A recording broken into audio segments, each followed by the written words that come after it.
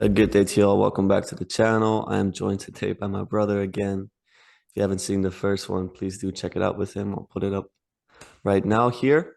Um, I just said we wouldn't do a recap, but I'll do a recap. I think it's actually useful. You're right. So we spoke a bit about his life, about Nietzsche, Friedrich Nietzsche. I think he spent a lot of time on, and then I asked some more philosophical questions, I guess, Lex Fridman-esque, to my own detriment. No. So to continue along those lines, I have a lot of questions for my brother. I've always had them. He was usually my person who I would ask these questions to because he thought about them. Not a lot of other people did. So this first question, I think, is one that gave me a lot of anxiety as a teenager, and he actually removed that anxiety from me at the time. And the reason I got this anxiety is because of Sam Harris. So let's start off with, does free will exist? That's a super difficult question that I'm not going to be able to answer. But I do know that the reasons often presented against free will um, are usually very bad. So it's an ongoing debate. So you can go like way down the rabbit hole and then super sophisticated philosophical arguments, and then you can kind of see that maybe there's some leeway more this position or that position. So it's very difficult. I'm personally inclined to say that free will does exist. That's also because one of my first teachers, now colleagues at the University of Utrecht, Niels van Miltenburg, I can refer you to his work, but he has a great defense of free will that I will not be able to, unfortunately, do any justice to. But I can say that what's usually the case that's made against free will is to look at a brain scan and to see, for instance, like that. I think they set up an experiment, and then you have the subjects in the experiment who are then asked to push a button, yes or no, and then when they push a button, you can actually see before they decide, before they let's say, consciously identify themselves with pushing this button, you can already see a brain signal. So that's very interesting because then often the scientists who are doing great work but are not great philosophers, they end up concluding like, oh, because you already see a signal before the subject was consciously saying that yeah, he or she actually identified with this. Therefore, we know that actually something is going on in the brain, and only after the fact we sort of explain that to be our own free will, but actually it already started in the brain. Um, and that's a bit tricky because we don't know how free will works. So we don't know the relations of time to free will. So obviously, I see how this causation sort of or causal link might be made, but it's not to say that this is actually how it goes. So you can also imagine that there's actually a very difficult process ongoing, and that as stuff in your head gathers, if you like start thinking about, am I going to do this, yes or no, that at some point there is that moment where you're like, okay, yes, I'm going to do this, and then you're also like, and then you have sort of this confirmation of that where you're like, yes, I'm going to do it. But that's not to say that, the fact that, the fact that you consciously said, yes, I'm going to do it, or that you press the button, that is the point of decision for you, it's to say like everything has been building up towards that decision. Yeah. And there's also something to be said that these experiments are way too simple. So like this is obviously about just pushing a button. So even if we grant the scientists their let's put it this way, like if we grant them that this does sort of disprove free will, then we still have to understand, so how does that work with, for example, larger life choices? Because maybe parts of our lives are determined, like are very much predetermined, and I think that makes a lot of sense, like we're very predetermined in our actions, but then we can sometimes um, choose like how we set up our conditions in such a way that we know that we will be less prone to do this. And it's interesting, where does that come from? Or that plan to do something in 5 years, where does that come from? Is that also predetermined? Because that's way different than pushing a button, because that's also like a yes or a no. So I'm just saying, like, the free will debate is very difficult.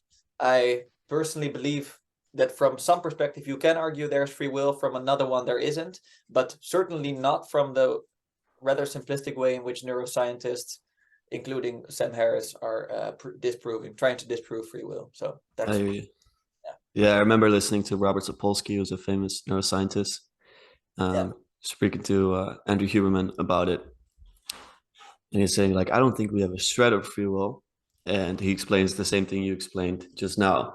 And I guess what bothers me about this argument the most is that these people don't take the arguments to their logical conclusions.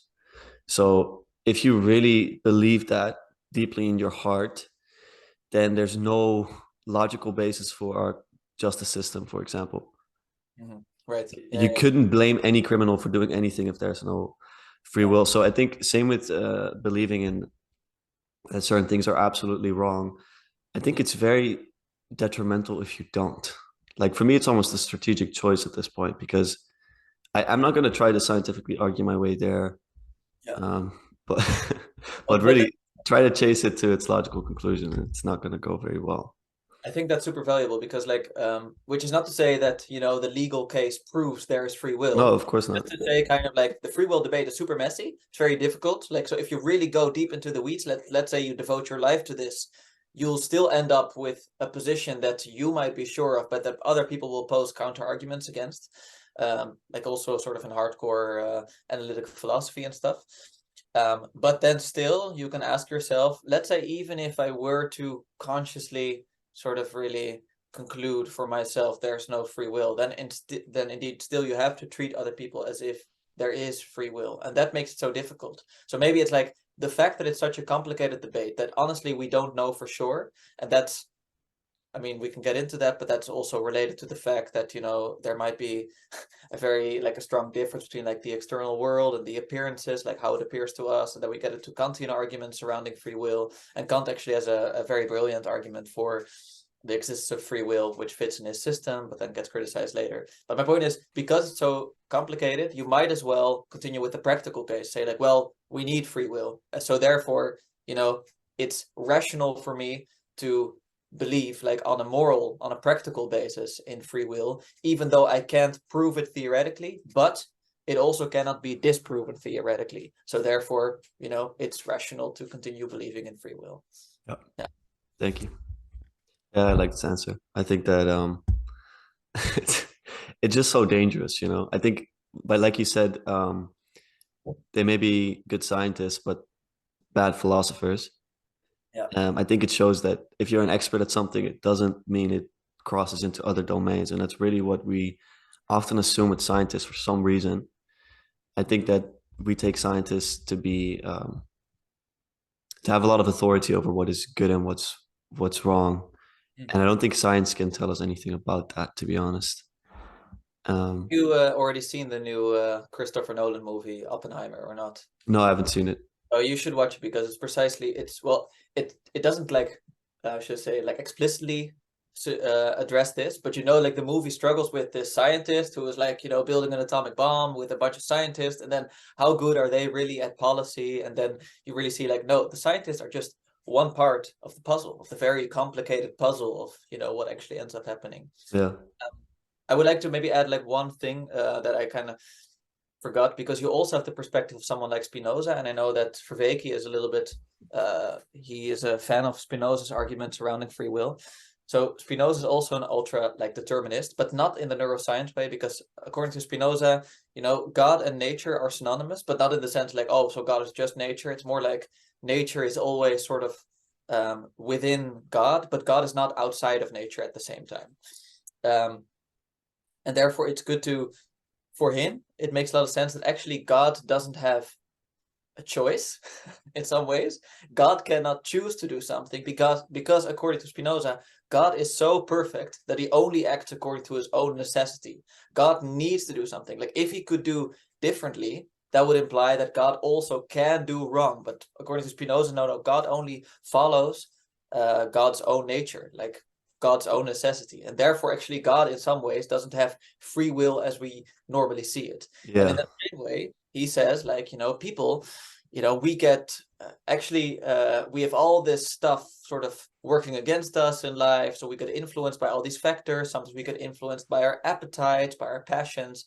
But he's like, if we are aligned in a rational way, if we actually follow our nature, we are also still determined, but by our very nature. So therefore, like, we are determined in the best way possible. But then obviously there's a question like, how much free will then is there? But according to him, there's also no free will, but not in a bothersome way, because he believes us following our nature to the logical extent is actually like that. For him, determinism is free. It's like the opposite, because if you're not determined by your own nature, then you are just being thrown around randomly by chaos. And it's kind of like, to him, like, no. If you follow your own nature that is given to you sort of by God, that then you're still determined by that, but that is freedom, because you'll experience that as freedom. So it's kind of like, and that also goes back to the practical case. Maybe that is still in some ways determined, but that is what we will experience as freedom, and that's maybe more important. But it's another side of the It feels a bit like a red pill, blue pill type of situation because it may be good for us, but I don't know if I would want it. I would want it to be that way. Uh, yeah. But I have heard the argument of like you don't want to have full free will. Like you don't want to have to think about everything you do. Like of course you want to have some things on autopilot. That makes sense to me. Yeah. But the small alterations you can make in your life that I guess feed back into your long-term habits. Yeah. That's at least what I experience the most free will. Yeah, and I think I totally agree. Like, there's also like this, you and I have taken an interest in, I think, are called René Girard, and we talked about him last time a little bit. And he talks about mimetic desire, like that we want things because we have other people who want them in our environment or maybe on social media. So they're like our models for desire in some ways. And then he also says like, so basically all our desire is in some ways mimetic desire. And you could like he tries to argue, so therefore we should really think carefully about our models, and like someone like Jesus is a good model to imitate because the way he lives actually leads to like to an end to the scapegoat mechanism due to which innocent victims will be sacrificed continuously.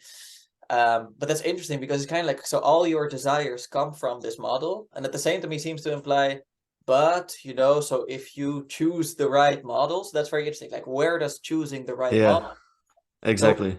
maybe like there's a little bit of choosing who we can sort of mimetically Well, imitate. Yeah. yeah, and I would say that like honestly at this point I've kind of kind of lost a lot of faith in the scientific worldview.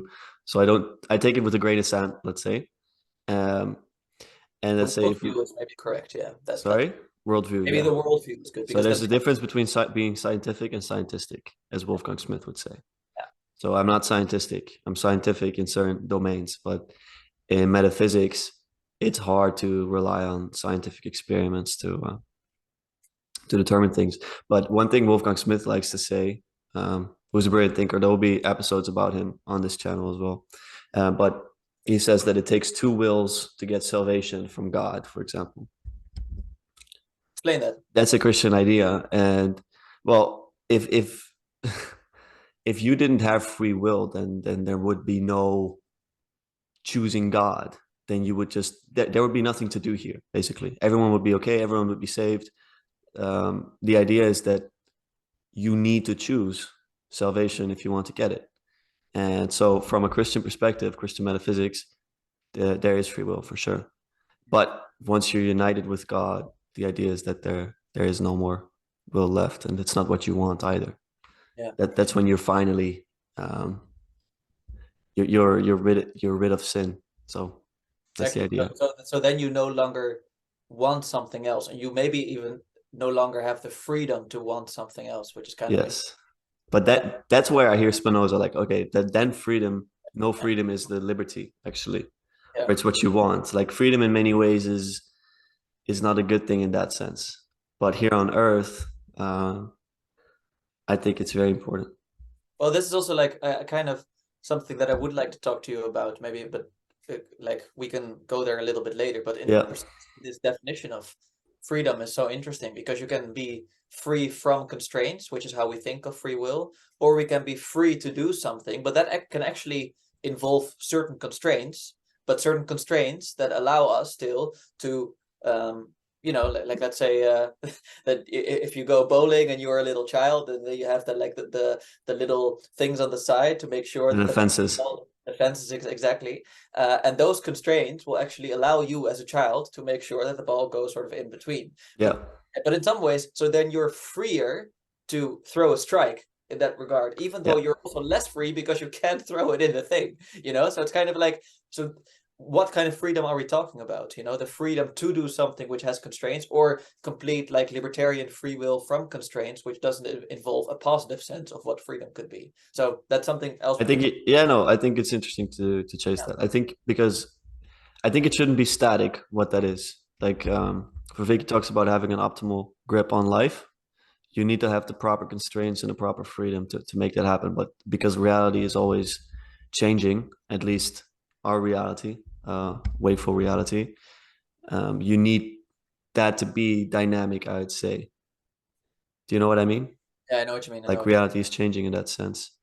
Um, so I agree with that, and I think we should talk more about this idea of freedom because I actually wanted to speak a bit about the libertarians and the Bitcoiners because I myself I'm very convinced by a lot of the arguments. So logically, they make a lot of sense to me, but I see something lacking in the worldview, philosophically speaking. So even though economically I might agree with a lot of the ideas actually, and I have someone on my channel in 2 days who professes these ideas very eloquently. Um, yeah, I feel like it misses an aspect of freedom. So you were just alluding to the two different freedoms. Can you repeat that? Yeah, so I should give credit where credit is due. This is mostly credited to a philosopher called Isaiah Berlin, who in the 20th century really made a sharp distinction between positive liberty and negative liberty. And he actually ended up sort of in the libertarian way, almost like kind of vouching for negative liberty, that it's more important than positive liberty. So first we need to define them a little bit. Negative liberty, so negative freedom, is really understand as freedom from constraints, kind of what I just mentioned, you know. So like that, and that's very important because, you know, you don't want to walk down the street and have, for instance, or like let's say, you know, these are issues surrounding mandatory vaccinations, the no right to any abortion. So like there's all these things that the government can do, and you want to be free from their saying over you what you can do with your choices, kind of, right? So you don't want to be constrained by what the government says you can and can't do. So that's a certain kind of negative liberty, and that's usually the kind of freedom that's associated with libertarian thinking.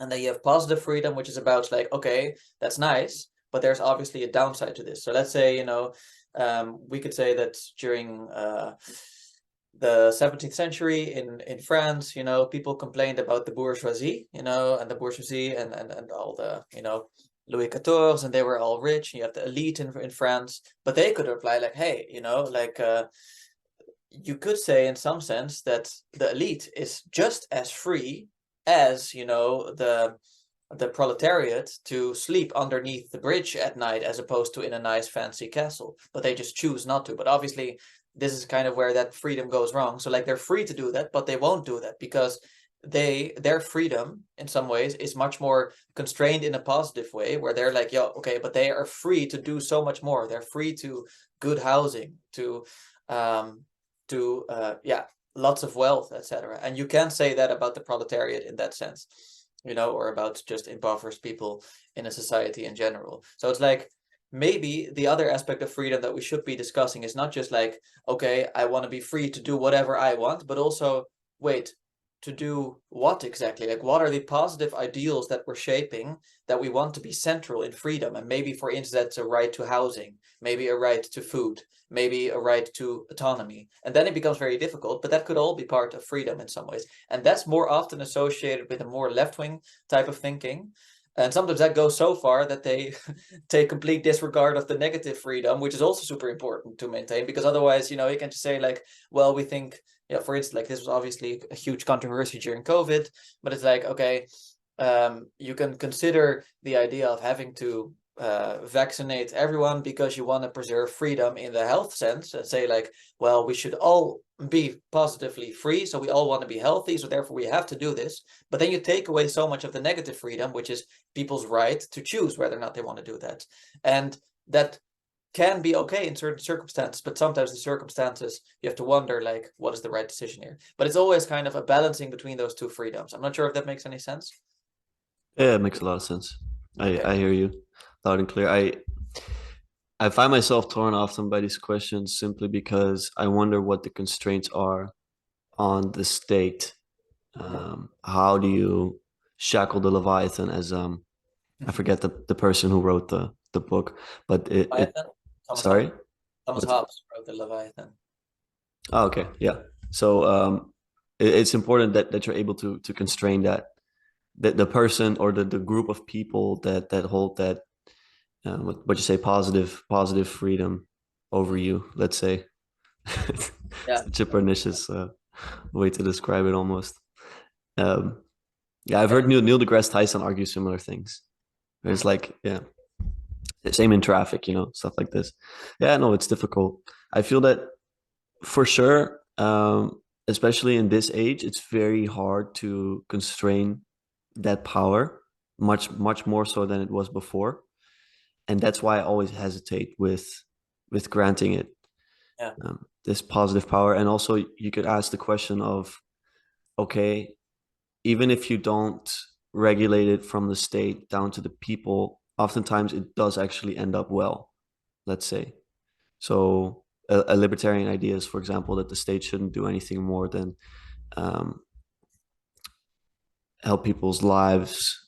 Well, let's say life, liberty, property. So make sure that people aren't murdered, make sure that their property isn't messed with, and that they have liberty to do as they please. And often what people in this space would argue is that once you start to say like provide housing or provide food, you actually remove the competition of the people Mhm. let's say the entrepreneurs providing these things. Yeah. So then the price goes up and stuff like this. So Yeah. I find it very difficult to actually speak about it politically.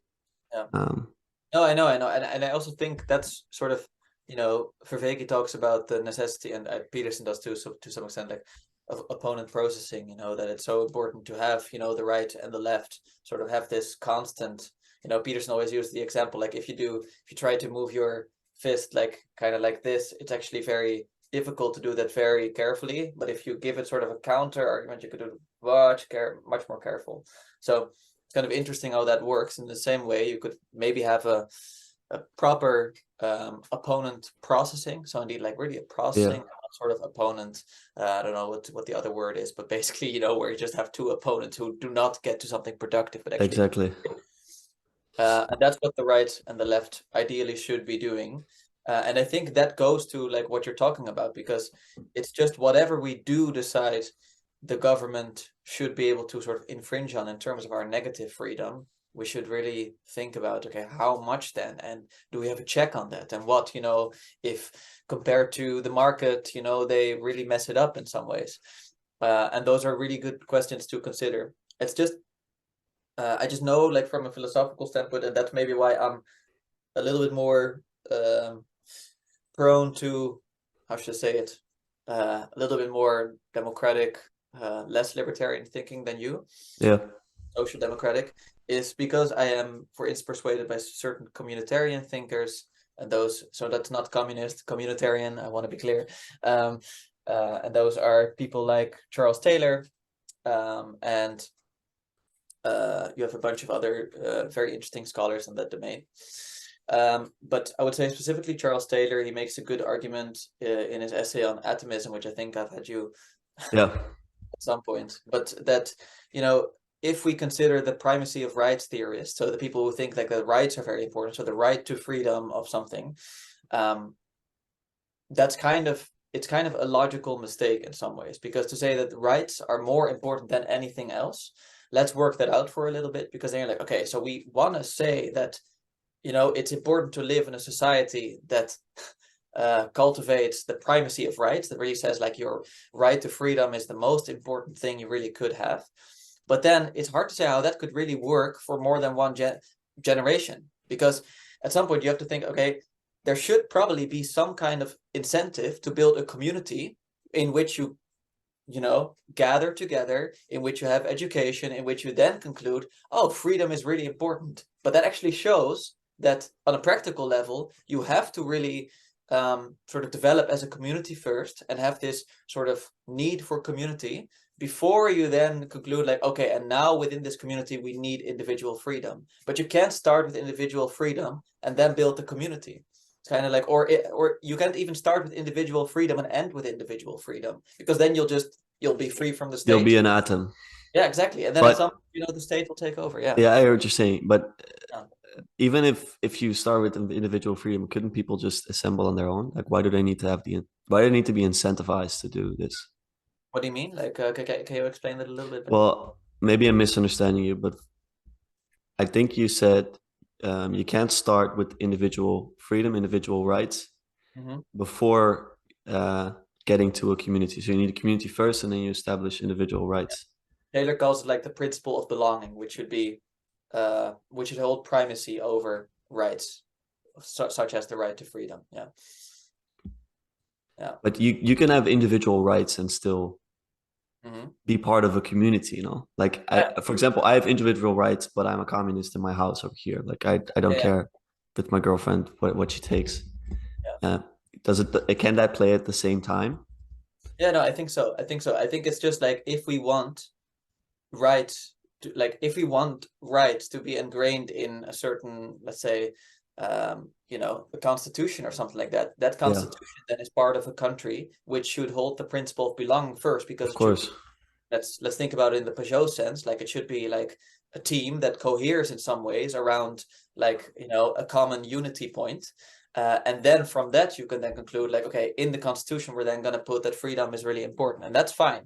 But we should acknowledge that if we want that the state to acknowledge our freedom, and we also want to be part of that state, you know, Yeah, then exactly we should also uphold the principle of belonging, which is need to build the state, to think about what should the state look like, what kind of ideals does the state want to do. And if yeah, we don't, then the state has the right to exclude you completely, because it's like, well, you know, you don't want to be part of this. You don't hold the principle of belonging as something important. So therefore, you know, we're also going to impinge on your freedom because you're not part of the principle of belonging. And it's really ruthless, but I'm just saying like that's sort of how it would work, which is why you always need both of those working, and probably the principle of belonging in some ways first, which is not to say it should override the right to yeah, freedom. yeah. I hear you. I like philosophically it makes a lot of sense to me. I think it's very important to be part of the community, to be part of the space that you're in, Yeah, the state that you're in, and to contribute in some way. yeah, Um, what I always struggle with in this discussion is I think economically to apply individual property rights is very important, and economically it makes a lot of sense to me to go very libertarian. Let's say that all comes from like my Austrian economics mhm. background. Let's say I just see no reason for those two to clash against each other, but I think there is a reason. So I'd love for you to enlighten me on this following point. Um, do you have to have like an alignment between, let's say, like you said, this communitarian thinking? Does it have to align with what's happening on the ground, with the rules that are being made? Or can you actually have like libertarian, economics, rules and stuff like that, but still, like, is there a way for that not to feed back, or do you have to have a sort of alignment? Like, I think you know what I'm Yeah, alluding to. it sounds like alignment in some ways is necessary, but it's very difficult to continuously check without then, you know, um, actually crossing boundaries in terms of Yeah, individual freedom. no, exactly. I because that's exactly the point that I'm always afraid of. Yeah. And that's why I always tend to think like, I don't know who actually said this. I think it was Taleb who said it first, but I've heard Shapiro say it as well, where he's like, okay, like I just said, in my house I'm a communist, in my village I'm a socialist, in my city um, I'm conservative, and in my country I'm like Libertarian. Yeah. Yeah. Um, See, that does make a lot of sense to me, but I Yeah. don't think you need to actually legislate that socialism in there. But we also just need to be aware of the fact that many of these thinkers are really American. So like they live in a Yeah, huge country, which to me it makes a lot of sense that you like in that country that you wouldn't want to be ruled by, you know, the central government in that country if your country is so big that people in the culture like differ so tremendously in such a way, you know. yeah, Whereas in, you know, we live in the Netherlands, that's for people who don't know, that's about 17 million people, I think. So it's really something that you can imagine having this alignment. yeah. I know what you mean. I want to maybe share one idea by Rousseau, who is actually like Rousseau is in some ways very dangerous because he is in some ways the forefathers of totalitarianism. So, but like so, for instance, Marx was a huge fan of Rousseau. Um, at the same time, and Rousseau was also a despicable individual because, you know, he put his children in wedlock and kind of like, yeah, it's Uh, anyways. Um, what I should say about his ideas that are nonetheless inspiring is that he really vouched for a direct democracy. So he was like, okay, I think you should conceive of the people in some ways as a collective. So it's a collective unity, and they should constantly sort of vote together on what they deem to be important. So kind of what kind of law they should have for themselves. And then after they voted for that law, and then someone doesn't agree to that law, then actually, and these are directly his words, they shall force him to be free. So that's kind of like, you know, that's obviously purposefully kind of, I should say it's provocative in some ways because like, okay, forced to be free, that doesn't sound very free to me. But you yeah, can see where this is also very much positive freedom. It's like, well, we all agree together on these principles. So therefore, we're going to have laws in place that are going to make sure that these principles are upheld. And then if someone decides not to want that, you know, like then you're going to be punished for that. And yeah, it's kind of like in the same thing to think of yourself, and this maybe helps with the sort of the Pajot connection, who always makes the leap from like your own individual person to a kind of a collective, is like, you know, maybe you are gonna be on a diet, and it's like, and that's sort of what you as a collective have decided. And then maybe if at some point, you know, you cheat, you're free to tell yourself like, okay, well, you know, I'm gonna punish myself for this in some ways, like maybe, okay. yeah. Yeah, yeah. I'm drawing a connection very quickly because right now, for example, when you speak about the body, Yeah. you assume the body to be a collective. So even though there's a lot of individual parts to me, Yeah. there's something that unifies me and gives me identity, which is Lucas, I'd say. And I guess what the libertarians would say to all of this is that you can't do that on a societal scale, and they find it very dangerous. So Yeah. the person I'm speaking to on Tuesday, he's a proponent of voluntarism. And one aspect of voluntarism is that it's very important to look at society not as one blob of people, but to take the individual. And because, say we all have free will, let's say, um, it's not the same. It just doesn't work the same as let's say a body does. Because even though my atoms and you know my liver may have one idea and my heart may have another, um, I am the tyrannical ruler. Well, I'm the ruler over it. And I can do whatever I want with it to my own detriment and to my own benefit, let's say. So I guess that would be the response to that. So like it's kind of interesting. So like I do definitely agree in some ways. So it's more it's simpler to be aligned individually than it is collectively, for sure. That said, you know, like we are post Freud and post Jung, you know, we're not the masters in our own house. So that means that we've also concluded that we're not actually, you know, we're not actually sure if it's this rational ego kind of, you know, controlling everything, or if it's more like our irrational passions. So we also need to work very carefully about aligning that. And I Yeah. think in some ways you can just think like, okay, maybe the more you complexify or yeah, something, so the more people you add, the more complex that will become. But that's not to say it's impossible. It's just to say that, yes, it will be more complex because there's even more personalities. And at the same time, ideally, you get a type of opponent processing. And it's very Hmm. possible that actually within you as an individual, your opponent processing doesn't work very well. Like, so let's say, you know, we're all prone to like confirmation bias and all that. But then if we work like in a democracy, then our, you know, the fact that I'm prone to like have confirmation bias on this item and you have it on that item, but together, we can actually integrate towards a whole. And in that sense, maybe we are a little bit more, and I think Jonathan Haidt actually talks about this, but we have aspects of like the hive mind kind of in us. Yeah. And we should not disregard that so easily as some of the libertarians do, even though I do agree, like it seems Okay. a bit more simple for the Yeah. individual. How do we get back to something like that? Because it sounds like a very, I don't Mhm. want to say romantic because that's blasphemous to say on these channels, but it sounds like a very good idea to me, the opponent processing. It's just that nowadays I feel that now we spoke about memetics, we're almost in a negative mimesis in terms of what we're doing. So if one political party does this, the other does the exact opposite. And ideally that works more in a opponent processing type of way, a more harmonic way. Do you have any idea how you get back to something like that, especially now with social media, polarization, all these things? Um, I think we need to have bigger discussions on collective identity in a very serious way, and we don't. And that's so. I'm not sure if you've been following. What's his name? It's Jordan Hall? no, no, no, no. The writer who was also on. It's Craig something who was also on the Exodus panel. Uh, I'm not sure.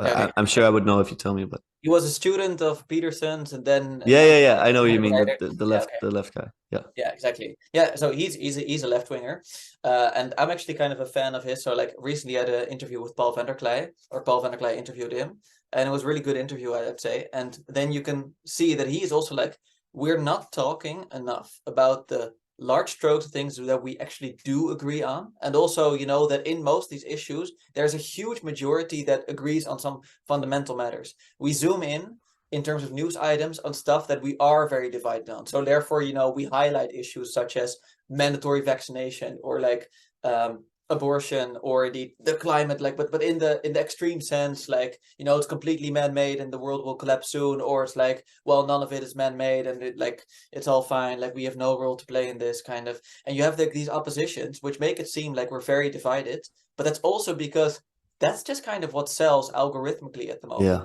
So it works Yeah. very well to sort of, get the votes that way because like, yeah, I'm going to position myself on this side of the debate.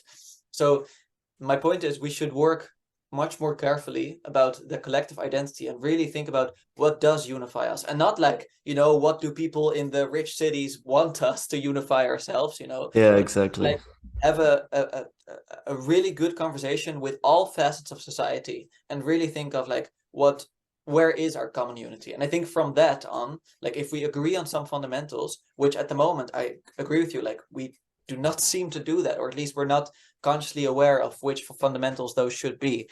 Yes, we're definitely doomed to some terrible consequences. Okay. But yeah, and that could Yeah. an overarching religious identity. It could even be a national identity, even though people don't Okay. like it. But yeah, no, I don't know. Just saying. Something you want to unite in something for sure. It's funny when the World Cup is on, like the Women's World Cup final was just now. Yeah, You see how important actually to some people the national identity is. yeah, It's yeah. really wild to see, especially during the Men's World Cup last year. I think you saw like people coming in with flags and stuff, and then during the year they talk complete trash about their own countries. It's just That's interesting, right? Yeah. yeah, it's super interesting. But really, I think if you disconnect from the internet for a little bit, you'll notice in action how much people actually agree on. Mhm. Like it's really wild. So I work in the World Trade Center over here, and I'm a receptionist host there, and I speak to so many people there a day, and you just see so much overlap, even people from different cultures. Like we don't realize how much we have in common simply because, like you say, it's never in the highlights because people don't really like to spread good news, or it's something that's already ingrained in our systems. And I think one part of it, like you said, the algorithm, like what does it select on, it really selects on sensational things. It selects on lust, it selects on anger, outrage. And so I think a big part of that, the movement back to harmony, will be either to learn how to deal with the algorithms or to somehow get them to work in our favor. But I know very few people who actually are able to do that. Like most people are completely held hostage by by their phones and Instagram and stuff like this. Right. I just tend to think with technology, like the cat is out of the bag. You can ban TikTok and people will go on Instagram. You can ban Instagram, or you know. Yeah, the question, like, you're kind of, I think many of us in this little corner are hesitant, like, does it just have to run its course and then we'll see where it goes? Or is it like, no, we need to make people aware of the fact that we need to start a culture and steal the culture in a way in which we can sort of try to alter this course a little bit? Or are we like, well, because maybe if we let it run its course, it will actually destroy the world and humanity, you know? Yeah, And like, it's a tough cookie for sure. it's a very tough cookie, but I'm seeing Peugeot and Vervaeke take on a lot of this responsibility already of saying like, okay, actually AI, this is a very big deal. And because we're in early stages, we have a lot of, well, not maybe not a lot, but we have agency in steering that wheel the Yeah. right way. Um, I think that was very, so the two of them together, like them combining their argument was very interesting because at the start, I think Peugeot was a little bit more skeptical really towards AI because it was like, it's still led by human interest, and in some way that's true. But, so even if, and I think, Bernardo Custer too, like there's good philosophical arguments to be made that actually these machines will never be conscious in the same way that human beings are. At the same time, they might have a type of agency that's nonetheless relevant to consider, oh yeah, agency could be like. And then indeed, and that's what I really admired about John's argument, so Vervaeke's argument, is that he really tried to emphasize like, okay, if we somehow cultivate their love of wisdom, philosophy, in some ways, then that will actually be a project that will either enlighten us, or enlighten us that they're not able to do it, so therefore we are enlightened, we are a privileged position, or they'll be enlightened and they can teach us, but because it's wisdom, they won't then destroy us because that wouldn't be wise.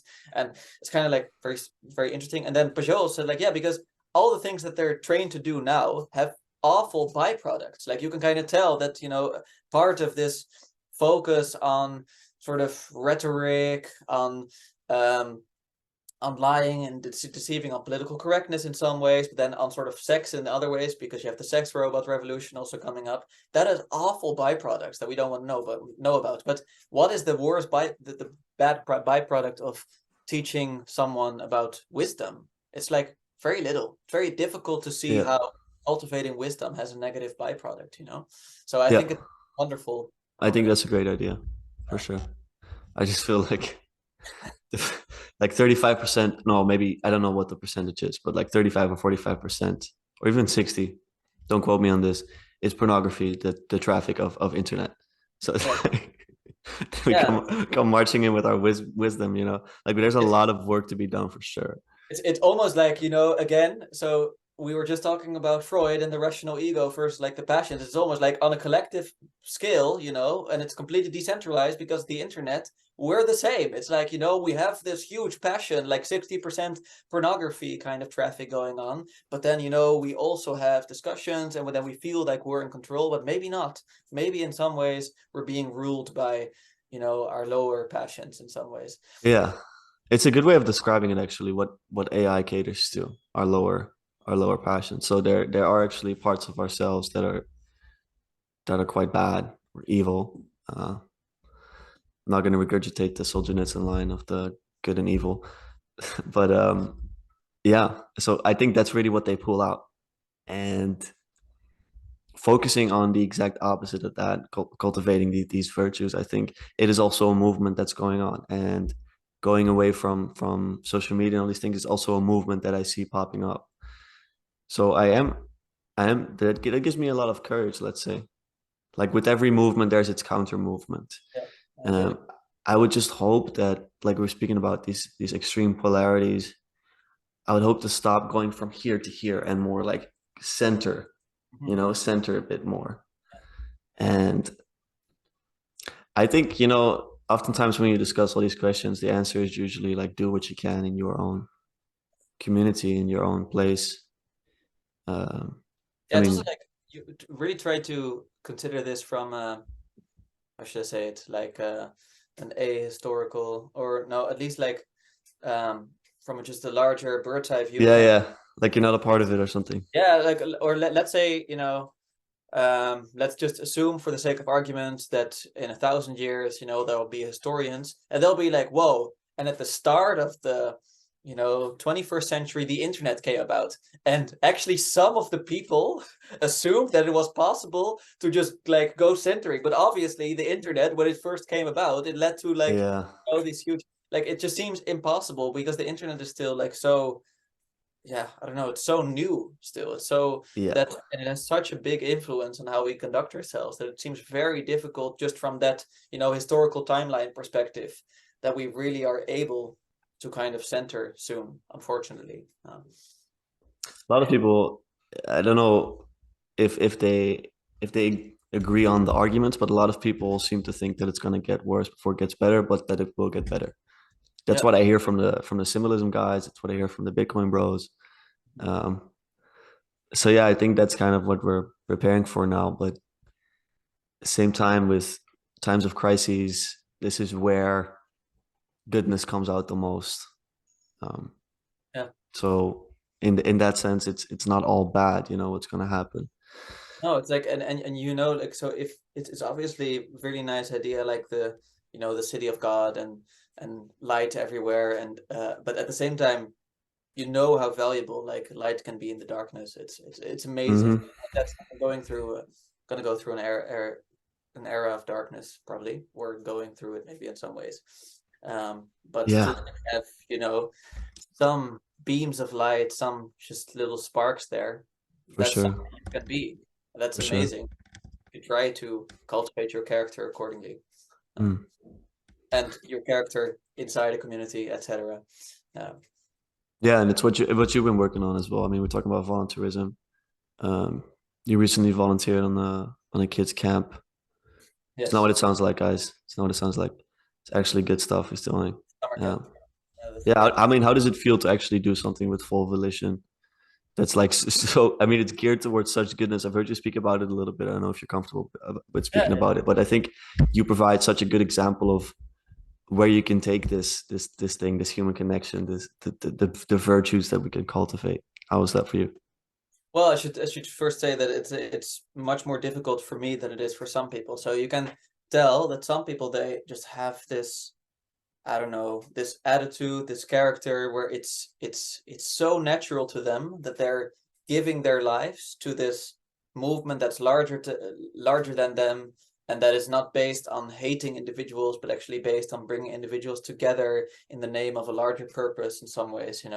And for some people that comes super naturally, and for me that's always difficult because I'm in my head a lot, so I which also means that I'm very I can be introverted, I can be introspective in that way, and that makes it sometimes difficult for me to fully give myself to like a community, to like the outside world, because I need moments to like reflect and go to myself, because that's how I work. That's just not much more natural to me.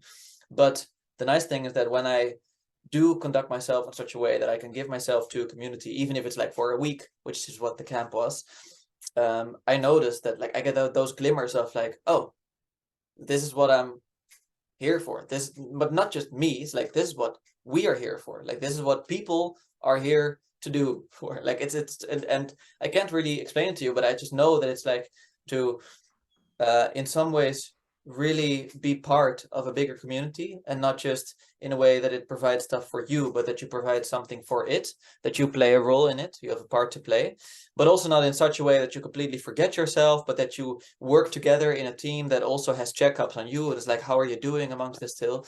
And you can just kind of tell like that works very well together. And at the same time, there's something to be said that specifically something like a summer camp, it's like what do you call it, it's almost like a ritual experience. Like you really you leave the known world and you go to the unknown world of the summer camp for a week, and it's completely different. And especially for those teenagers who go to such camps, like for them it's also interesting from like a love interest perspective, for instance, because they're obviously teenagers, lots Yeah, of drama and stuff. yeah. um and then they return, and then they have to integrate what they cultivated during that week. But the same Mm. goes for the staff members like myself. Like we have to integrate, like, okay, yes, what does it feel like to actually constantly be present, and but not present in the not present in the individualistic meditation sense. Yeah. Also Okay. very, but it should scale outside of that. Yes. I think that's a very important point because before you said like this is what we're made to do. Yeah. In many ways, it's a large claim because a lot of people don't want to acknowledge that we're actually made to do things. Mhm. But you speak about individuality, so that's the multiplicity.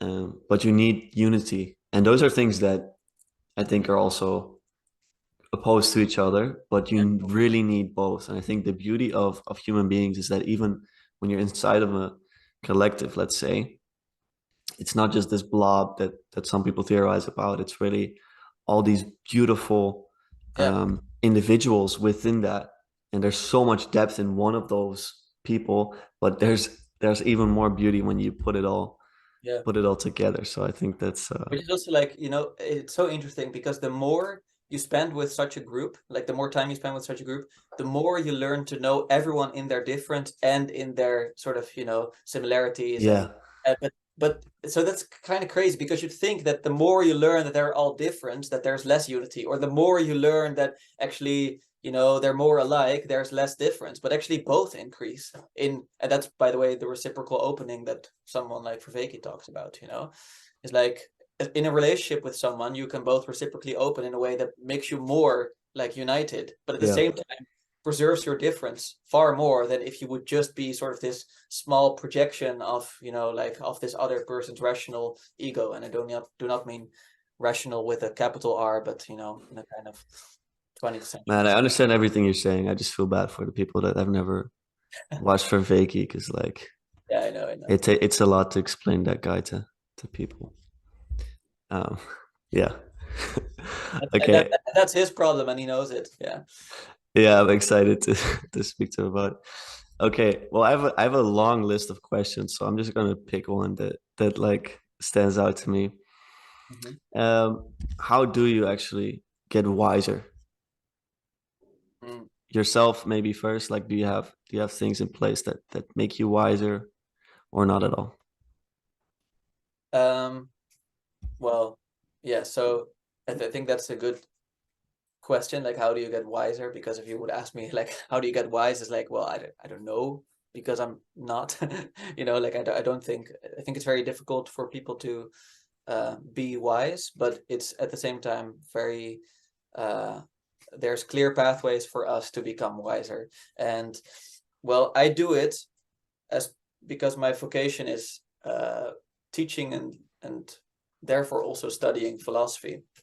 So for me, it's going to be different than it's going to be for other people, because for me, I'm thinking about the I should say it about the arguments of all these thinkers, and not all of them are about ethics, but some of them can also be sort of, for instance, about free will, which seems to have little to do with, or at least, well, it has a lot to do with ethics, but just the theoretical argument behind it doesn't seem to have a lot to do with it.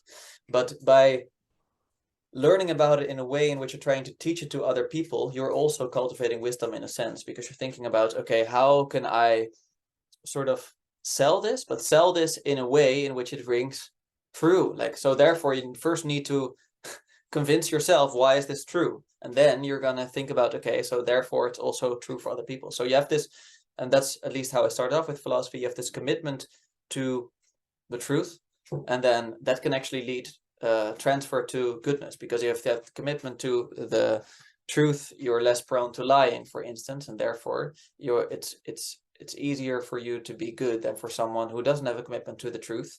And then that's also going to be more difficult to be good. And it's usually explained this way, that you have the three transcendentals, which are the true, the good, and the beautiful. You have them sort of across traditions, and those are all sort of pathways to wisdom in a certain sense. Or wisdom is a pathway to the good, wisdom is a pathway to the true, wisdom is a pathway to the beautiful.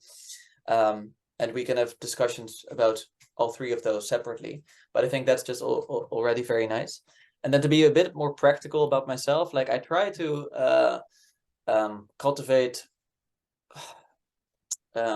daily meditation. It's difficult now because it's sort of the holiday season, and then you're away with friends and then with family, and I don't want to be the one outsider by myself. But that's ideally what I would like to be part of my day.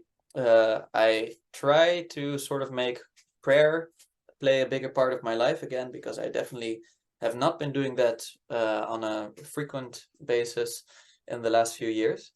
And then I really try to educate myself very constantly on all these thinkers, on their ideas, to really overthink them again, to sometimes read a book again after you haven't read it in a couple of years, or re-listen to a book again, which is often the case for me because I'm not that good at reading, to be honest, at least not like the long text.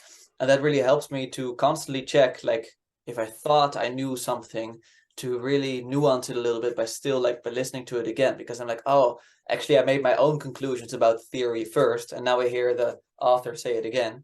And that helps a lot because you're constantly, because you're confronting yourself with great thinkers. They're a great thinker. I do not consider myself like a great thinker in the sense that, someone like a Nietzsche or a Jung or a Girard is like a great thinker.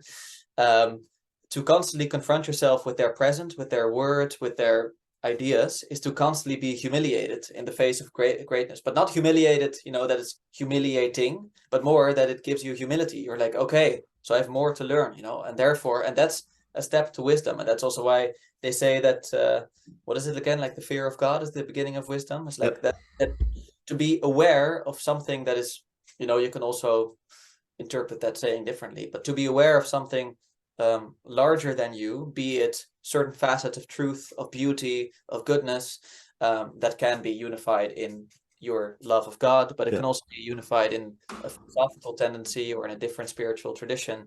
That helps to constantly bring you a sense of humility that will therefore further your sense of wisdom, because you don't want to be humiliated. You don't get energy from being like, oh, I'm so small and that makes me feel good. No, you want to grow, but you're also constantly aware that you can never stop growing, and yet you constantly feel the improvement. So, and obviously to not do this by yourself, to have conversation with other people, because otherwise, you might end up super arrogant about what you think is right, but actually challenge yourself with other people, and also cultivate. And that's maybe the most difficult thing for someone like me.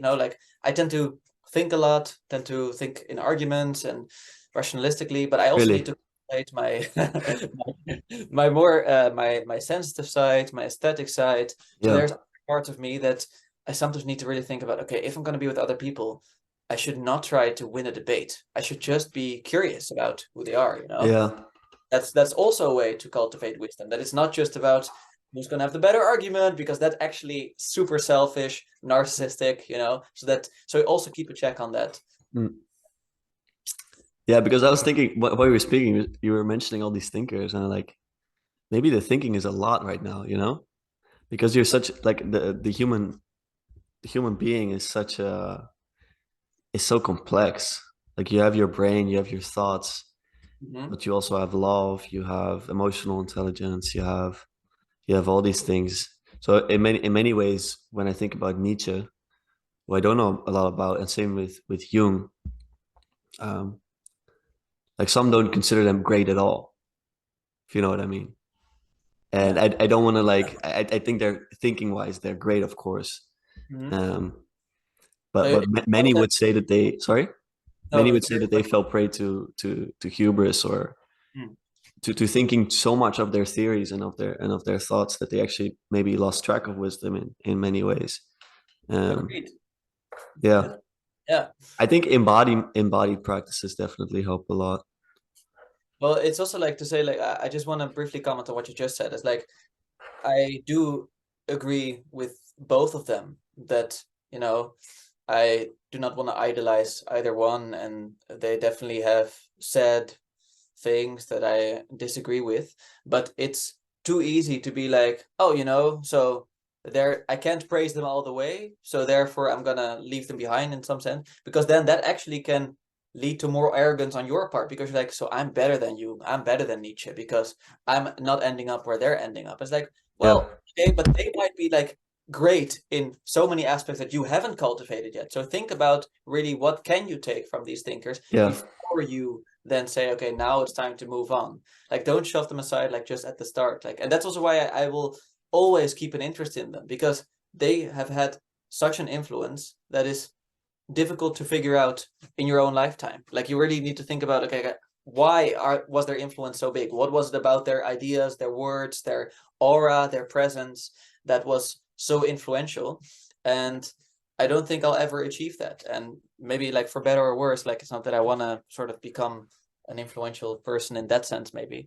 But I'm just saying, like we Yeah. all have something to learn, even if they do not end up great in the, perfect sense, like flawless kind of great sense. Yeah. I think you explained yourself very well. I think the way you approach it as well, I think you said that you're looking at them and their ideas and the things that they got right and the things, because even though they might not be perfect human beings, in those ways they excelled very well. And if you put your ideas next to theirs, that's a good way to humble yourself for sure. So I Yeah, and, completely agree. and I would also say, like, I like, so I'm into lots of fiction, so I like I also like watching like a lot of TV shows about so for instance Sopranos or Breaking Bad, and these are all essentially about immoral characters at the center of it, and we're all sort of drawn to this in some sense. At least, like, I'm just gonna say that on the basis of like that these are very popular shows, and they're known to be like among the best TV shows ever. And it's kind of interesting because they're clearly immoral people. So it shows like, okay, well, maybe we're partly fascinated by the capacity for evil, but we might also be inspired by their capacity to twist the good in them for evil ends, So therefore, what can we learn from how they conduct themselves and then actually subvert that and, use it for good ends? So, that's also how you learn. Yeah. Yeah, no, I think that's great. It's a good point, actually. I never thought about that. I think it's what we're doing now a lot as well. We're so fascinated by people that are just like, nope, I don't, I don't think I have to live like that or like this. And we follow them like they're the most important people on the planet. Because in many ways, it's an experiment what they're doing. It's like, how are they going to end up? Mhm. Uh, Yeah, that's but also, by the yeah, way, that's one reason why I sometimes get a bit annoyed by comments by someone like Jordan Peterson or Sam Harris about very popular individuals. So like Peterson will do it about I don't know, Trudeau, something like that, and then Sam Harris will do it about Trump, and it's like, okay, but now you're just pretending like they're kind of almost pure evil without sort of any, and understand why they do it in that way. But I'm just saying, like, then you're just pretending like, oh, it's so obvious that these are bad people. Why are we still following them? It's like, well, maybe also really try to steel man why they've been so influential to so many people, and then consider the defects. But sometimes these discussions get so one-sided that there's very little good left to consider in these large figures. yeah, But it's just an aside comment. yeah. And I mean, again, they're individuals. So Mm. if we take them to have free will and if we take them to have evil and good in their hearts, then there's no reason for us to portray them as demons. And doing that actually is going to be to our own detriment. Mm. So yeah, I completely agree. I had a bit of a larger question.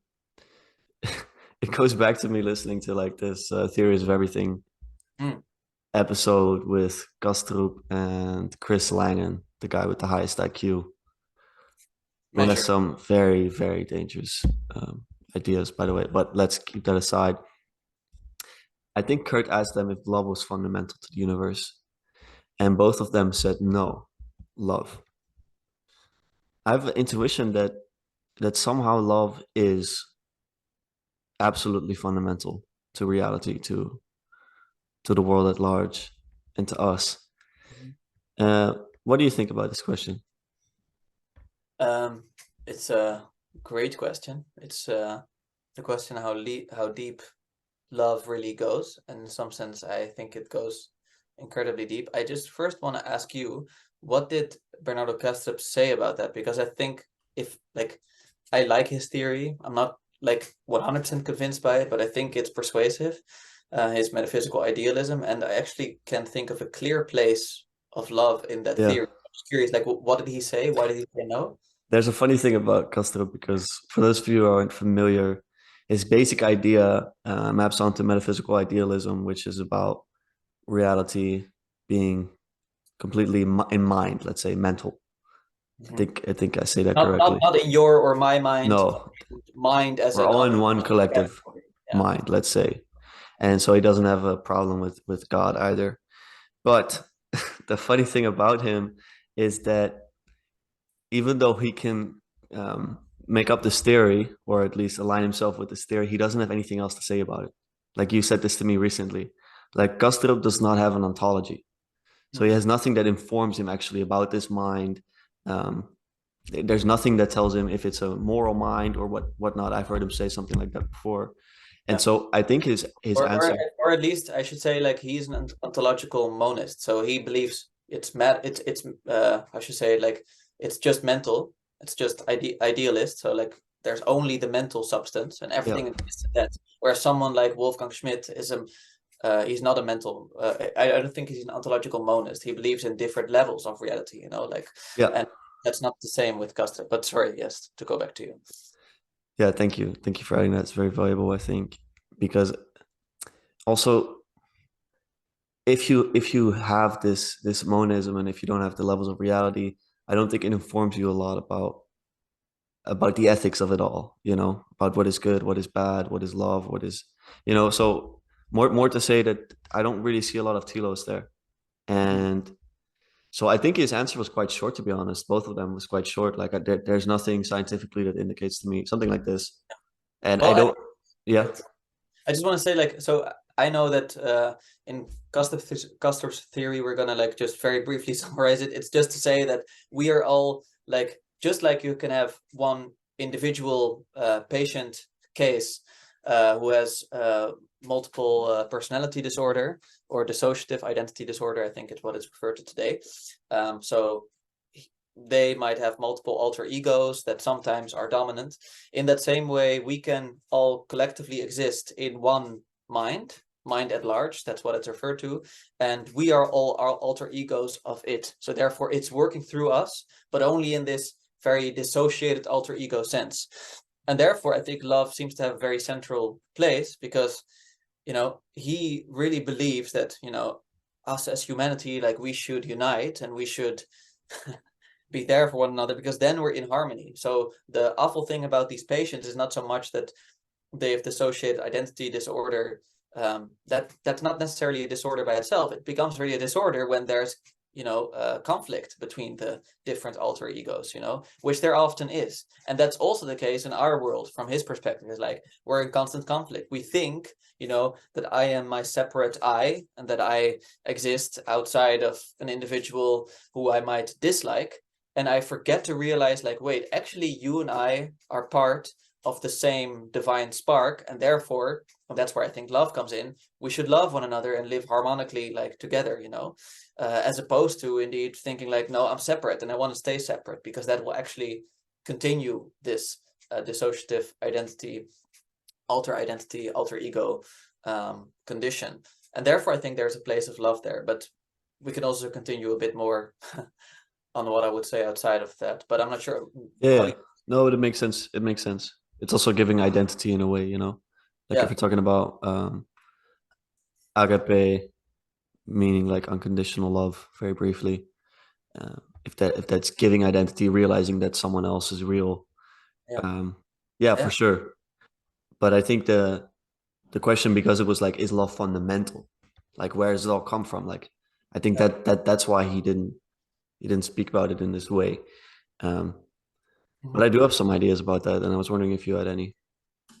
Well, I think like what you just said is wonderful. Like I know that it was Iris Murdoch who said that, like, love is the very painful realization that something other than you is real.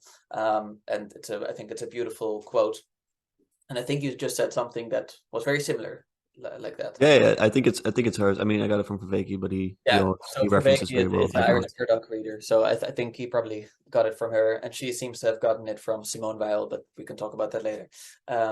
And she, like, I really like that idea, because it seems that love therefore is very fundamental, because otherwise we just stay sort of in our egos and we live on our own projections. So it's like, so you are not actually Lucas, like, you are just kind of my little brother who I can sort of, manipulate at will, because you do not have a complexity of yourself. This is something great for a clip channel at some point if someone Yeah, wants to sounds start. good. um, but and therefore I can sort of, bend you to my will, and therefore it's all about, you know, how does the world serve me and my narrow projections of what the world is like. But if you actually love something deeply, you have to acknowledge its complexity, because you're not just like loving it in the sense like, you know, oh, I love this pizza, I want to eat the pizza. It's like, Instrumental.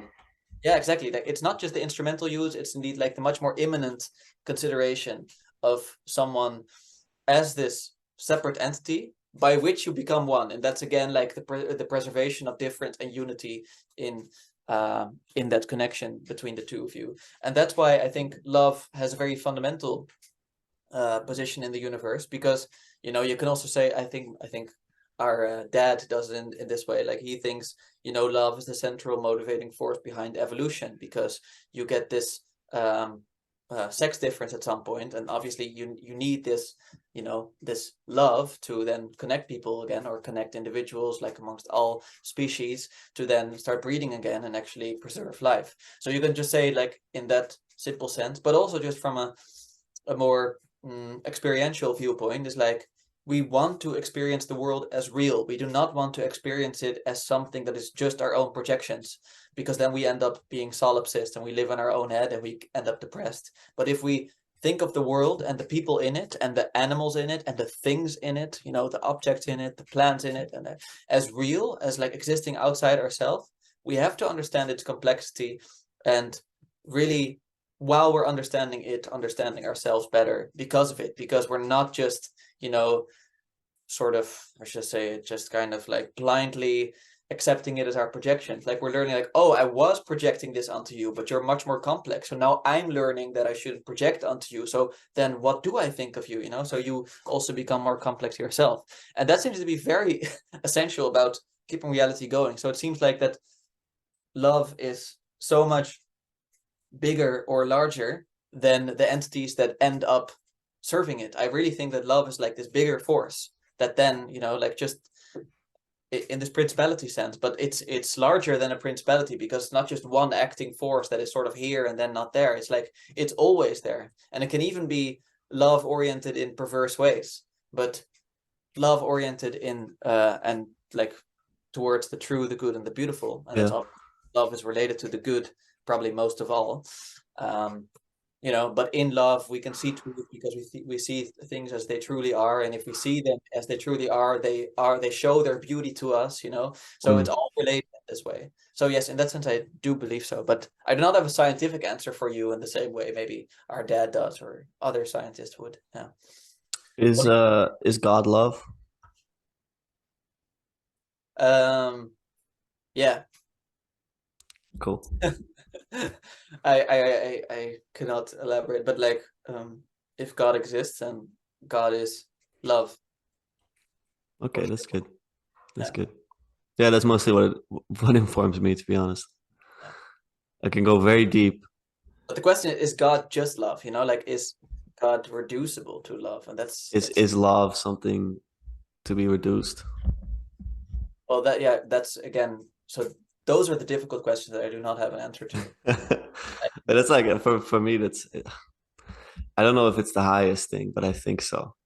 Like Mm. it's the hardest thing to reduce. It's the most irreducible wholeness there is, let's say. Well, it's really like, so I want to be charitable um to the other world religions in some ways, and then see like, okay, I genuinely think like this is what Wolfgang talks about as well, Wolfgang Schmidt.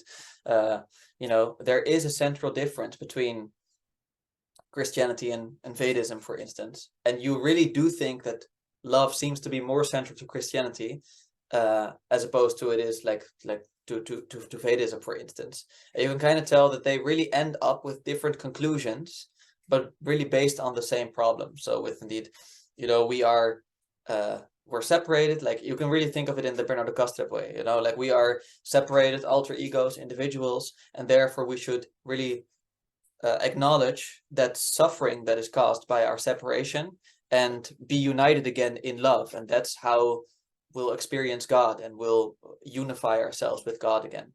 But you can also do the other ways, like realize that you're separate and therefore sort of more acknowledge that, you know, we should not be too attached to our earthly existence. and also properly detach from it in some ways, because if we attach it too much, our separation will only increase. But that has a little bit less to do with the agape sense of love that we find in Christianity. So because I want to be charitable, I want to say, like, well, maybe this is actually a genuine answer. But obviously, we're from a Christian background, so I see like how that is more persuasive to us. Yeah. Yeah, and I'm also not sure. I'm actually gonna ask for Vicky this. I think if the idea that God is love or God is agape, if that is a discovery, or if that is in some way a creation, or if that comes with Christ coming into the picture, because there are different unions with God if you follow Wolfgang, and he says there is no thing like Christianity is better than Vedicism or something like this, but they're fundamentally different in that in Christianity the identity is preserved, and for identity to be preserved, there's love because it's acknowledging that Yeah. someone else is more real than you. Whereas if you unite with God in the nirvanic way, in the Vedic way, Yeah. you completely unite and you lose yourself Mm-hmm. and you merge with God, let's say. So Yeah. maybe that's not the same as agape. If agape is identity making. Yeah. It preserves difference, which is also why, and that's sort of that's why it protects the individual a little bit better. So, Yeah. you know, in our democratic, just to go back to the start of the conversation, in our democratic and political traditions, the power of Christianity was really to preserve the individual, because we acknowledge that everyone Mm. has a unique personhood that must be Yeah. preserved, but, you know, within the community. But indeed, again, and that's sort of, it's really interesting how these are totally separate questions, but they all end up connecting. Yeah. Yeah, I think that's beautiful. I think it's good. I wasn't sure if they would, but I want to pick out the questions I most want to ask. Um, some funny ones in there as well. Well, I wanted to ask a last question because I've been listening to the Awakening from the Meaning Crisis series for the third time. And Humble brag. yeah, I Uh, mean, it's not really a brag at this. It was the same with the Wolf. Like I listened so many times. It's not, it's more that I don't get it, guys. That's why I listen so much. But few of us do. Yeah. yeah, so something really central in this series, it's Vervaeke series, by the way, in which he tries to get us to awaken from the meaning crisis. Say he tries to provide good answers to how you can get meaning back into your lives. And he really keeps hammering on the idea of creating a religion that is not a religion, or at least he's not creating it, but he is trying to contribute to it and trying to point us to it and trying to help us get there. And he's referring to an ecology of practices that in many ways serves the function that religion used to serve, used to be. Sorry, losing Yeah. my, but isn't exactly that. So he's trying to avoid that. Now, there's a lot of thinkers in this corner that would be like, no, that's absolutely not what we're supposed to be doing. Um, it's almost a very bad thing to do. Mhm. How do you feel about that? Do you think that this movement that Vervaeke is in many ways a part of, do you think it can scale on a large scale, and do you think it should? Do you think it's a good thing? Well, I think it's a wonderful, amazing, great thing. I want to say that first of all, and that's because I think it's great for this time in which, you know, we find it very difficult to understand what the value of religion actually is, and therefore we also end up making projections about it and be like, okay, so this is my projection of what religion is. I don't like that projection, so therefore I conclude I do not like religion, but we do not understand what religion really is. And Vervaeke does a great way of just attacking this from like so many different perspectives that you're like, whoa, oh my God, okay. Quite literally, like religion is so much more complex than I thought it was, and therefore it has so much more value. And actually, even if I'm if even if I'm not religious, I now have to acknowledge how much religious thinking has influenced my entire worldview. Um, so that's very useful. And then that's why I think in this time it will certainly scale, because at least in the West, in which this is taking on, like, let's be honest, it doesn't take on outside the West at the moment for Vervaeke's project. Um, it's necessary because other people would like otherwise just kind of like, you know, stay separate as these kind of meditation individuals who would not be part of communities, or they would be part of communities that would lean slightly narcissistically because they think they're so amazing and enlightened, so and he is very good for those types of people to then help them become more humble, really seek for wisdom, really, if they're doing more on the meditative part, to really consider the contemplative dimension, if they're doing more on the contemplative dimension, to really consider the meditative dimension. So I think he's fantastic for that.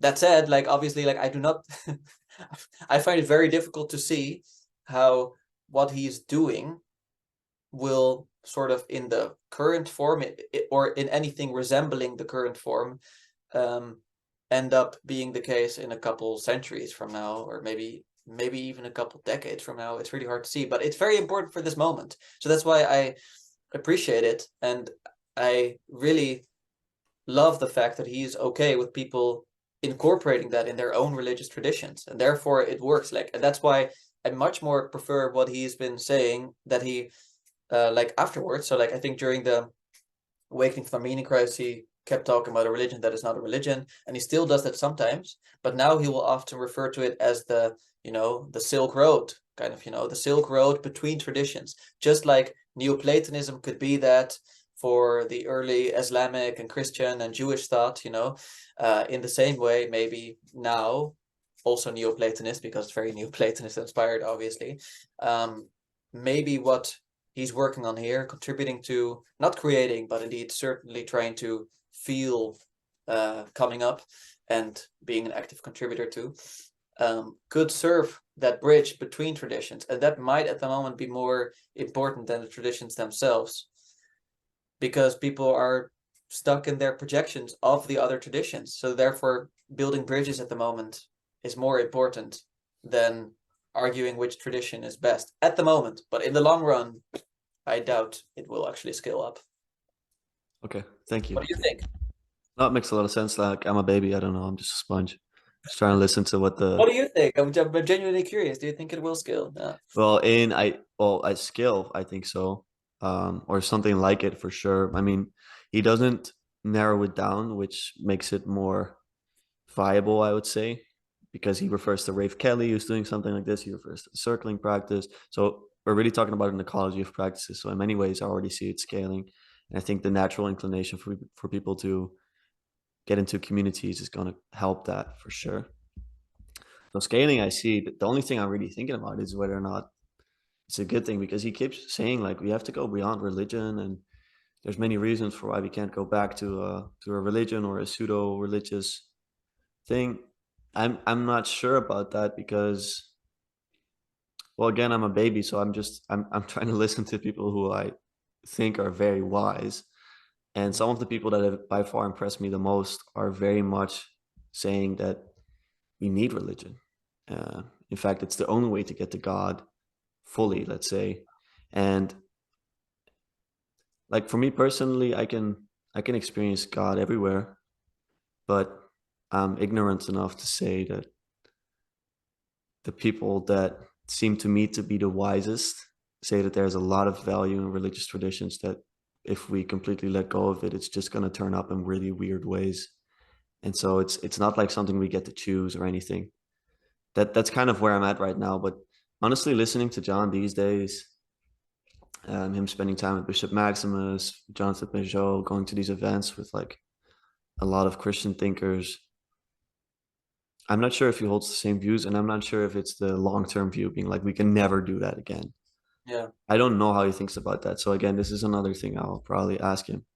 I would also say that, like, from the start, so this the phrase "a religion that is not a religion," it should be really understood in that way. It's like, it's a religion that is not a religion. It's a religion that is beyond religion. So therefore, he's not saying, I want to create something that is beyond religion. I want to create something that is not a religion. He's saying, no, I want to create a religion, or not create, sorry, that's the wrong word. But I want to contribute to a religion that is not a religion. So therefore, he's doing that on purpose in some ways to really try to make clear there's all these problematic aspects of religion that are nonetheless necessary. Yeah. Or maybe there's it shouldn't have these problematic aspects of religion, but it also has to be a religion in some ways, because it can be non-religious because people are religious. So it should be a religion, but it shouldn't be a religion, So he knows it's paradoxical. And that's what kind of saves him in the end, is that if Yeah. it ends up being a religion, he's like, well, yeah, I always wanted a religion. If it ends up being no religion, he's like, yeah, I always wanted to go beyond religion. So, and I'm not saying he is like a sophist who is just rhetorical and, he just wants to win the argument. No, he's not like that. I'm just saying, like, I understand why he's leaving this open, because he's waiting for a Kairos moment to really show up, and therefore show us collectively what this will look like. And yeah, what a religion that is not like, at least religion as we know it, will look like. And that's actually where I'm, and I think you too, like, we're very critical of someone like Vervaeke, is like, he tends to use these words that are slightly polemical, that actually end up alienating people sometimes. So if he says, like, I'm a non-theist, it's kind of like interesting, because he means like, you know, theists believe in God as a being, but the non-theist tradition doesn't believe in God as a being, but maybe as the ground of being. But then, I can still imagine someone saying, yeah, so then I'm still a theist. Like, I still believe in God, but not God as a being, but I'm still a Yeah, theist. I had a whole conversation about this on Twitter the other day. Yeah, This guy was like, I don't understand how non-theism is different from atheism. yeah, And then I tried explaining to him, and I mean, I'm arguing with him, but also I don't even like the term non-theism. I yeah, just got into this argument because indeed it's oxymoronic almost, where it's like, yes, but you can still believe in God. So there's non-theists that believe in God, but then they're non-theists. And it just sounds, it's confusing yeah. And that's what I mean, like, where he said, like, a religion that is not a religion, or I'm a non-theist. Like, he seems to really sort of alienate because he people. wants to stay away from the appearances. He wants to stay away from the, let's say Oh yeah, yeah, the false manifestations that yeah, seem to be occurring today, the pseudo religious. yeah. Yeah, that makes a lot of sense. And I do really appreciate that, like, in his conversation with Bishop Maximus, or what he said, like, at the conference with Pajot, he was like, I'm really curious where I would have ended up if I would have been raised with Jonathan's form of Christianity, as opposed to, fundamentalist Christianity, which obviously wasn't up to the task. And I also think, because, and this is where I'm really inspired by Nietzsche and Jung, like, people's views are profoundly personal in some ways, and including his. And you can tell, like, he acknowledges this, like, obviously he has a fundamentalist background which traumatized him, but in that same way, like, I thought that was really beautiful, actually, in his conversation with Christopher Mastro Pietro about Kierkegaard. You could tell that he was kind of like, well, maybe one reason why I prefer Socrates over Christ as a figure, and that's also, he doesn't say Christ, he says Jesus of Nazareth, maybe is because, I kind of prefer the less the way of life in which less suffering is involved, because he's very traumatized by a lifestyle that seems to, really, like, suffering is good, we should suffer, and therefore, oh, you're a horny teenager, well, that's bad, you shouldn't masturbate, like, it's all kind of like that super judgment about, no, you shouldn't, you should feel guilty about this, you should feel guilty about this. And I think therefore he leaves that suffering behind him because it's so traumatizing for him, and he's much more interested in those other aspects of life. And that's why I think Colonel West once said, and he stole it from someone else, maybe it was from Thomas More, I think, that one of the fundamental questions in the sort of our Western spiritual ethos is, like, why does at least in the synoptic what do you call it, like, gospels, Jesus never laughs, and why does Socrates never cry? And that's a very interesting thing to think about. And I think Vervaeke wants not to cry, he wants to laugh and to have insight. And other people, including ourselves, we're also comfortable with being profoundly sad and being profoundly mournful, and how should I say it, like, really identifying ourselves with suffering. And that's also why for some people Peterson is more interesting, because he's like, well, suffering all the way, man, like, suffering is part of life, and how are you going to deal with that suffering? But Vervaeke is much less about that. Like, he obviously acknowledges it because it's a meaning crisis, so therefore it's filled with suffering, but for him it's really like, think mentally, think clearly, really meditate a lot, so therefore, you know, that you're able to think clearly about this, which is much less about like, oh, you know, just push through, because then even though you'll suffer, you'll experience meaning. No, he's a lot less about that suffering dimension, but Jesus was, you know. So I'm just saying that's also one of the things that colors his conclusions, being less prone to religion and less more interested in this more philosophical, less emotional approach, if that Yeah. makes sense. No, that makes a lot of sense. I really like how I think you're able to really well like zoom out of this little corner and seeing actually where these thinkers lie in these categories that you present. I think that I never really thought about that a lot. Same Maybe you with disagree, you know, you yeah, yeah, can. but that's interesting. But like it's just fun to see the playing field like abstractly in front of me. Maybe it's not Yeah, completely right, but it's at least like plausible. So nice. yeah, that's it. That's all the time I have today. I really enjoyed going through these questions with you. I have probably like 15 more, so we'll just keep them for later.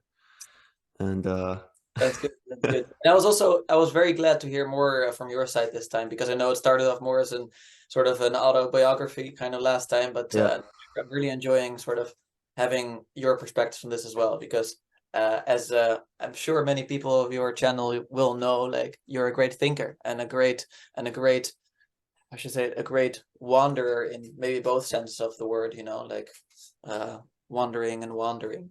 And I think you do both in a very nice harmonic fashion, and that's why you're such a great interviewer, but also, you know, you're able to present ideas of your own very well. So, and thanks, that's sir. like, and I've said this before, like, okay, I don't want to spoil anything, but Lucas indeed has an upcoming episode with Karen, which goes more in depth on Wolfgang Schmidt.